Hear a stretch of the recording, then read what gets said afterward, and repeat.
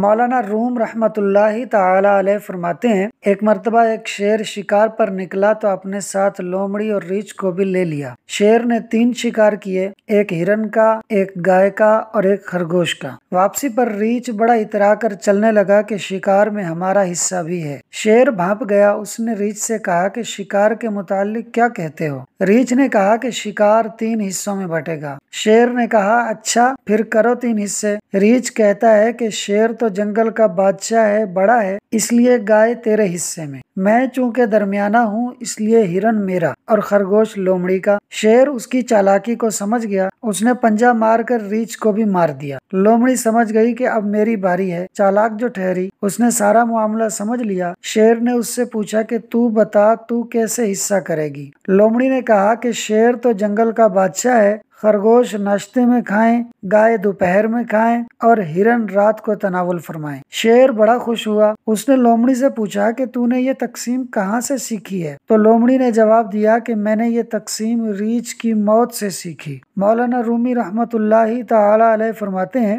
اے غافل انسان، تو بھی کچھ موت سے سیکھ جا۔ جب تیرے پاس تیرے اپنے موت کی نیند سو جاتے ہیں تو بھی سمجھ اور دھیان کر۔ اللہ تعالیٰ سے دعا ہے کہ اللہ تعالیٰ ہمیں موت کی تیاری کرنے کی توفیق عطا فرمائے۔ دوستو ویڈیو کو اینڈ تک دیکھنے کا شکریہ۔ ویڈیو کو لائک اور شیئر کر دیں اور چینل کو ضرور سبسکرائب کر دیں۔ چینل کا نام ہے فاسٹ سنو 4296۔